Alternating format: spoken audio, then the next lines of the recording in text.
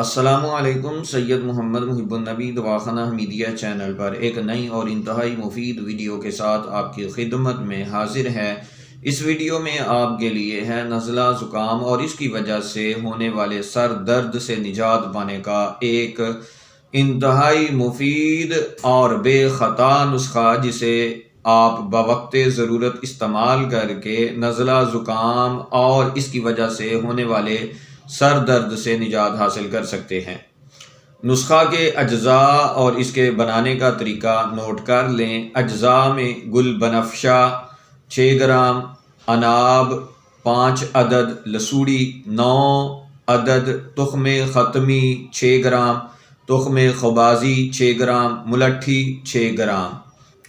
ان تمام اجزاء کو رات 12 کپ پانی میں بھگو دیں۔ صبح اسے اس قدر پکائیں کہ پانی صرف 6 کپ باقی رہ جائے۔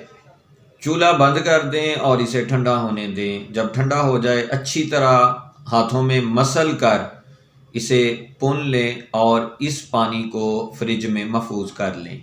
اس تیار شدہ قہوہ میں سے 1 کپ لے کر اسے گرم کریں۔ اس میں چینی یا شہد شامل کر کے صبح کھانے سے 1 گھنٹہ پہلے گرم گرم چائے کی طرح چسکی لے کر پی لیں، اور اسی طرح دوسرا کپ شام کو کھانا کھانے سے 1 گھنٹہ پہلے پی لیں۔